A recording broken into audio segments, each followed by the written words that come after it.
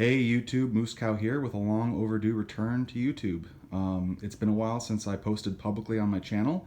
Part of that was because my teammates and I and other players were trying to get as much private practice without revealing any strategies and stuff leading up to the third St. Louis BBR tournament. And Madman, myself, and Hammer Time managed to succeed and take home the fourth place, or the iron medal, as it were.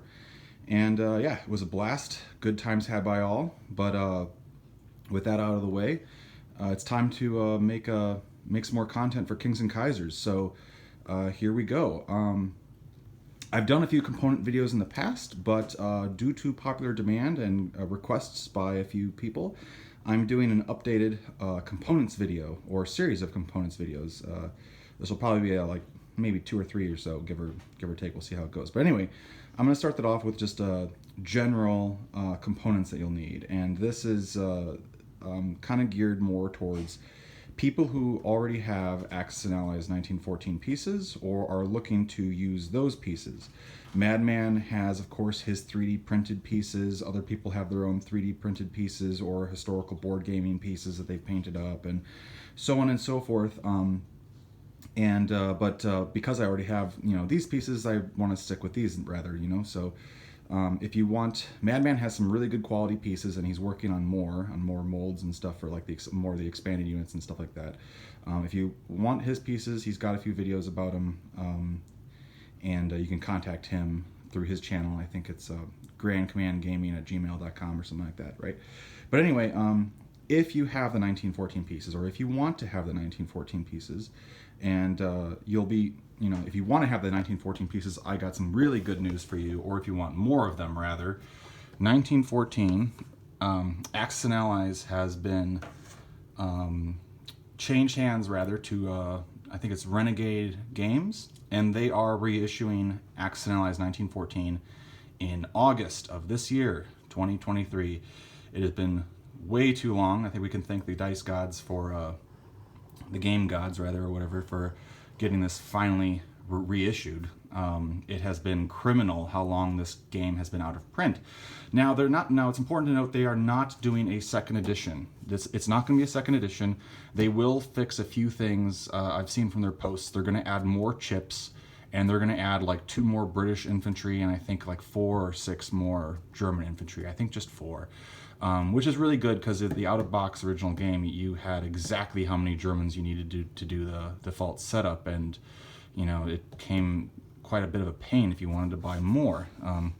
So it was a common complaint when this was first issued. Now again, they are also going to update the errata into the manual, and I think they might double-side the Roundels, the cardboard Roundels, I think will be double-sided now. But otherwise, from what I understand, it's going to be the exact same game. So it's cool that it's back. It's cool that people will be getting the pieces. I think you can pre-order on renegadegames.com or whatever their website is, and a few other indie stores have it up. It's not on like Amazon yet to pre-order. If it will be, I'm not sure, but I assume it will. Who knows? But anyway, so yeah, if you can. If you are looking for the 1914 pieces, the out-of-box 1914 pieces, they're coming. Now, as for what else you'll need, of course, you will need the Kings and Kaisers manual rulebook, which you can get the PDF file for is free. This is version 1.4 right here, and this is the Victory Points board, along with the income tracker. And you see here you got the different victory points, and then you also have a list of the different minor cities. Now with my phone, it's not capturing the size of that text quite good because I'm zooming in, and my phone is pretty old, but it will register better in person, if that makes any sense. I have been long overdue to replace my phone. This suffices to say, but anyway, and get a better camera. But you should be able to get the gist from this. So anyway, you need the rule book, you need a battle board right here, and I'll be doing another video on the battle board and the income tracker, victory point tracker as well. And then you need your basic components, and you'll need some chips, And then of course you'll need like, you know, your general pieces, and I'll be doing probably a separate video about these. But I just kind of want to split this up and make it a little bit digestible. So again, we're just gonna do a video right now about this stuff, and then go into that in another video. So if you have, there's of course a million ways you can do this. All the stuff that's not out of box, you can, you know, half the fun of this stuff is customizing your own thing.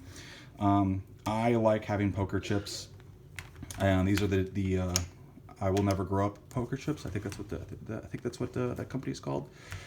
And HBG sells them, and I have a few, I think if you get a I forget what it is, like deluxe set or whatever, you get a few of these technology tokens, and you can buy more of them and separately, and they're bundled with. Trying to do this one-handed is always a challenge. They're bundled with the 25 poker chips. But anyway, you will need these for, or some kind of technology chip to serve as your technology token for the field technology, which is a big part of what makes Kings and Kaisers unique, and it's really, really cool. At some point I will be doing a rule book, or not rule book, but a rule video on just how field technology works, if you're not familiar with it. Now, of course, moving on from there, we have dice. Now, one nice thing about, or not nice thing, but cool thing about 1914 is that it uses micro dice. Now, if you have hit dice and you prefer to use hit dice, you of course can use hit dice. But something about this game to me that is really cool is just using these small micro dice, and I just get a kick out of being able to roll, you know, so many dice at once. You know, you really get a ton of these things, right? And if you get a copy of 1914, I believe it comes with 36 of these black dice, right? So rather than trying to figure out, because nobody makes hit dice this size, that is one thing that Madman is looking to try and figure out how to do. He really wants to make micro hit dice, and I will, of course, will support him in that. I do like having just a color-coded micro dice set, though. Now, these are 10 millimeter dice. I think HBG's website incorrectly says that they're 12 millimeter, but they are 10 millimeter, right? And, you know, base game, you get 36 of them, and I have 2 sets, so that's why there's so many in here. As for the other colors of dice, I like to use my blacks for 3s personally, reds for 4s, whites for 1s, and greens for 2s, although I might switch them to blue. Where I got these dice from, there's a UK company called Warlord Games, and so most likely you'll have to import them from the UK, or occasionally if you go on like eBay, if you search like 10 millimeter dice or Warlord Games 10 millimeter dice, or just Warlord Games dice in general, you might see like an indie game store selling these. And they're really nice. They're about the same size. The only difference is that the corners are a little, let me see if I can focus on this. The corners are a little more rounded than the out-of-box 1914, which has very slight, not even sure if that's picking up, but the 1914 out-of-box dice are a little slight harsher on the corners. If that's a big deal to you and you want all the dice to be the same, well, Warlord Games does make black dice as well. Now, as for what these yellow dice are, I like to use these for the poison gas technology. So you can roll them, you can roll the poison gas together with everything else. So you only need a few of these yellow dice, really. But I got, just to have way more than enough, because some of these battles in this game can get really crazy, I got 2 sets of, I think each of these comes in a pack of 30. So there's 60 white dice, 60 green dice, 60 red dice, and I only got 1 set of 30 yellow dice. Usually at most, when you attack, because you can only use poison gas when attacking, you really just need three of these. Poison gas doesn't play into defense, but there you go. And again, like I said, I'm looking at possibly whenever somebody on eBay or something puts up some blue dice, I might upgrade those. I think in terms of the color scheme, I went with black dice because for 3s because that ties into the ace marker, the flying aces that we have for fighters. If you have an ace fighter, black marker coordinates to 3, so that's why I went with black, keeping the out-of-box dice. And also, you get the dice already when you buy the game, so you might as well use what you receive, right? So there's that. I then also like to use, to mark my battles, I like to use these markers for my game. And part of that is in the Bloodbath rule set version. These are from Historical Board Gaming. In the Bloodbath BBR version, I like to use the red ones because, Bloodbath, right? But I like to use the orange ones because the contrast of blue, dark blue, and orange works really well. It pops really well, and the red is a little darker, so it doesn't pop quite as well as this. The contrast with these explosions, it sticks out a lot to the eye, and I like them a lot. So I have a bunch of those. And then these are convoy markers, and this is just kind of where I store them. I like to go a little crazy and have markers in every C-zone as part of my starting setup, so rather than having to fish something out of a component box, it's just there on the table already, and you got to flip it. And I think I'm recalling correctly how many of these there are. I think there's like 39 of these, if I'm mistaken.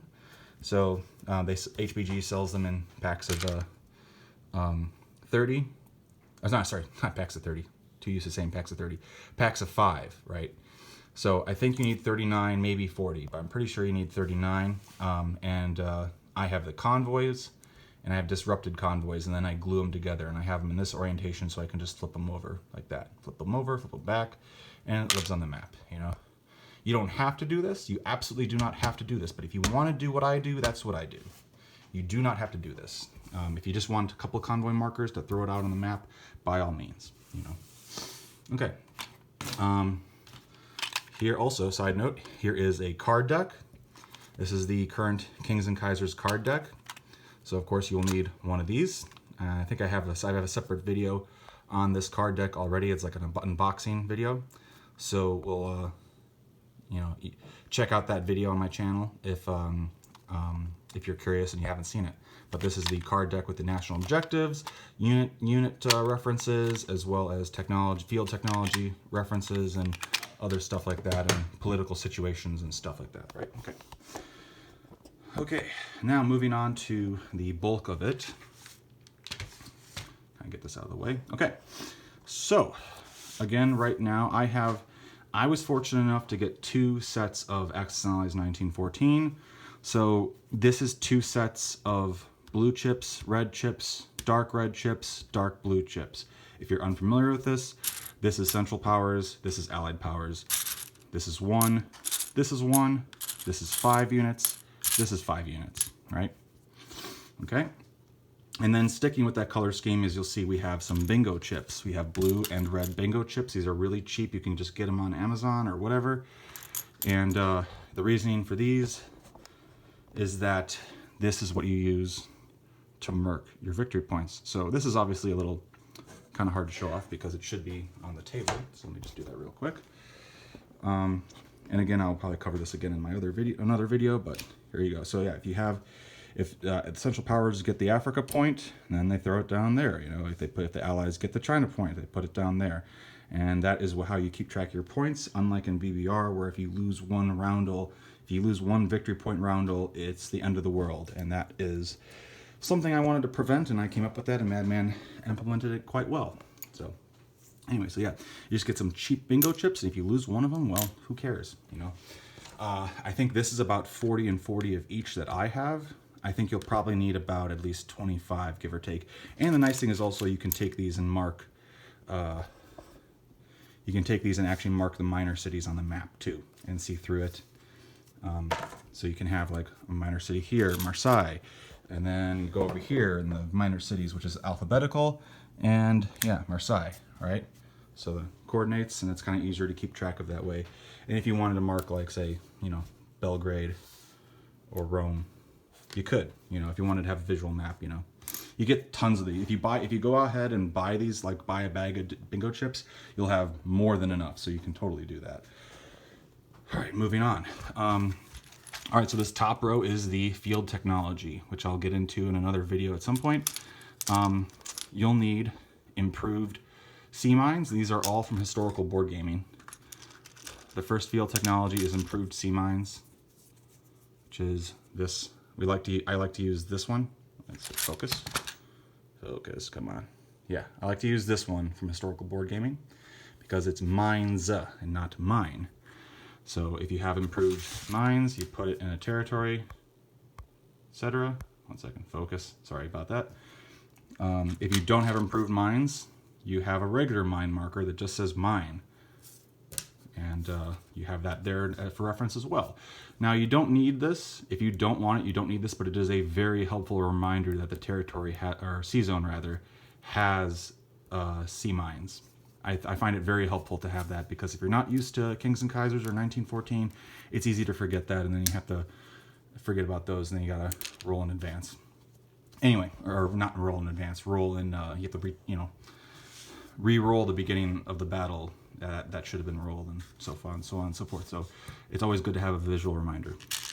The second field technology is mine fields. Okay, again, from historical board gaming. Nice little skull and crossbone right there. Third one is poison gas. Now, historical board gaming has 3 different kinds of poison gas, but we like the yellow one. There's yellow, orange, and red. The red I would advise against because you already have red, you already have red mine fields. So trying to avoid similar or identical colors, So poison gas, mustard gas, yellow made the most sense. You'll of course then also need machine guns. Now in terms of how many of these markers I recommend, I have 20 of each, but you probably don't actually need 20. You probably need more like 10, I would say, to play it safe. 10 or 12, but they sell them in packs of 5, so kind of how it is. The next tech is Trenchworks, and also what ties into Trenchworks, if you get it again, is barbed wire. And they're both brown, so you can kind of see like they both like match and go together, right? So again, I got 20 of each. That's probably way overkill, especially for barbed wire. But I would say, again, 10 and 10 should theoretically be more than enough. And then 6 is military base or a naval port. If you roll a 6, you get to choose between one of these. You can't get both, but if you get 2 6s, you could, theoretically. But yeah, so that is the field technology markers. That covers the chips. Now in this box, I like to go over, or not go over, but include the neutrals and stuff. So you'll need a whole bunch. I'm not exactly sure they quite number, but the generic white neutral infantry. You'll need, if you like to have the neutrals represented on the board, 5 white cavalry. Unfortunately, historical board gaming has been out of stock of these for quite a while, so if you want white cavalry, you're going to have to paint some. But you only need 5. And then also artillery. Okay, you'll need a bunch of white artillery as well, but you'll mostly need infantry because it's only coastal territories or minor aligned territories that have artillery, and they have to have an IPC value. If they don't have an IPC value, they get cavalry. That's the whole idea. And then you'll notice these gray chips here, and you're like, oh wait, where do those gray chips come from? If you have a copy of XNLI's 1942, that game for some reason comes with gray chips, and it also comes with green chips. And these are compatible with these style of chips. Why they did this, I don't know. But if you get one copy of those, you have more than enough, just barely actually, more than enough gray chips that you would need to represent for the neutrals. I like to use the appropriate focus issues. Come on. I like to use the appropriate chips to correspond to the aligned powers, but for the minor neutral powers, I like to use the gray chips, and it looks really cool. As for these green chips, I'm currently working on an idea to incorporate these into possibly the first expansion for Kings and Kaisers, which could include warlords and green armies in the Russian Civil War and the National Protection War. specifically. So I'm working on that. That's something we're working on. We got to play test it, but it's kind of a cool idea I'm coming up with. My point being, don't need this for the base game, but if you're like, oh, I don't want to get it for just 1942 for just these, you know, or if you have it, well, there's also a secondary purpose that'll come in the future. Again, not a current function of the base game, or not function, ingredient component to the base game, but something cool. You'll also need, again, not something you have to have, but in the rare instance that nobody ends up controlling a territory, a few Anarchy Roundels. HBG sells these in packs of 10. You just need 5. I would say approximately you would just need 5, because it's kind of rare that they come up, but that's possible. Then we have, your classic damaged markers. And if you're playing with bombers and zeppelins, and also I guess your ships too, if you wanted to, these are new cargo markers that Rich at Combat Miniatures designed for me after I suggested it as an idea. And he kind of came up with this orientation for it, which I wasn't expecting. I was actually expecting something more like this, but it actually works with how much space you have alongside it. And you can use it with ships, you can use it with bombers and their infantry, and so on and so forth. Unlike normal like BBR with like air transports, once you unload a bomber, once you unload units on a bomber or a zeppelin, you can't reload them unless you're at a city or an airship base and stuff. So you may want to just keep them on the ship to use them, to signify that they are cargo. Then you have, we'll need some submerged markers. Submerged doesn't come into play too often. But I got 2 variations of it. This is the HPG one. This is the Combat Miniatures one. Both kind of cool. What else? And then in terms of flight stands, if you want flight stands, focus. Okay. Oh yeah, backing up. So you'll need some ace fighter markers. Not a lot, probably. I probably have way more than I need. But you need some ace markers. And getting some monster focus issues here lately. Okay, but yeah, so there you go.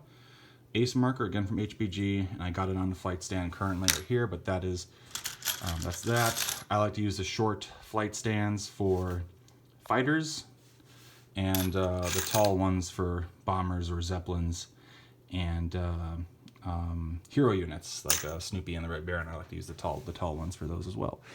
And then here, in this box right here, you need a turn tracker dice, 10 to 12 rounds, so I like to use the yellow one.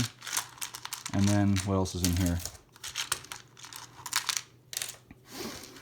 Need about 20, I think, of these standard mines that HBG sells. And what else is in here? A couple, 3 straight markers. Need 3 of those. And, let's see.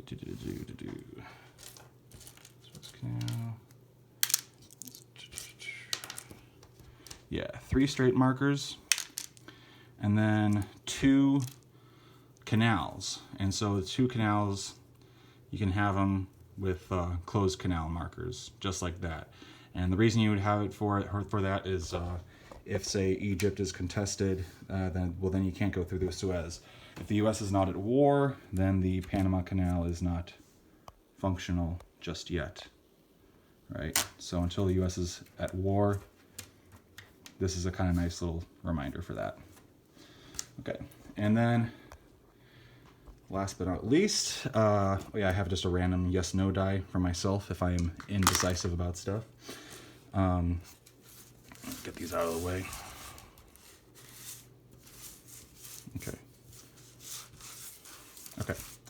Now, why is there 1 roundel for each power? Well, basically what I like to do is I like to, as a turn tracker, I like to make use of the Sahara and do that, essentially.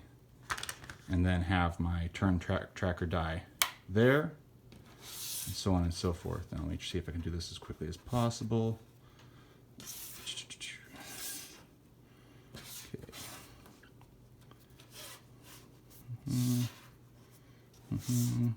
Okay. So yeah, that's your basic when you're starting the game. That happens. And then this is, I'll get into it later, but this is a new Empire of China roundel that Rich at Combat Miniatures made. So this is the historically accurate Empire of China roundel, which is pretty cool. So I'll get into that later on. And yeah, so there you go. So that about does it for the primary components for Kings and Kaisers that you'll need. And yeah, pretty cool stuff. From here on, I will be going into the components of the rest of the pieces needed for the game, and so on and so forth. Yeah, just about does it for the time being. So stay tuned for a continuation of this little series of Kings and Kaisers components. So take care, and yeah. I'll never know exactly how to end these things. Yeah, just keep rolling dice better, and stay tuned.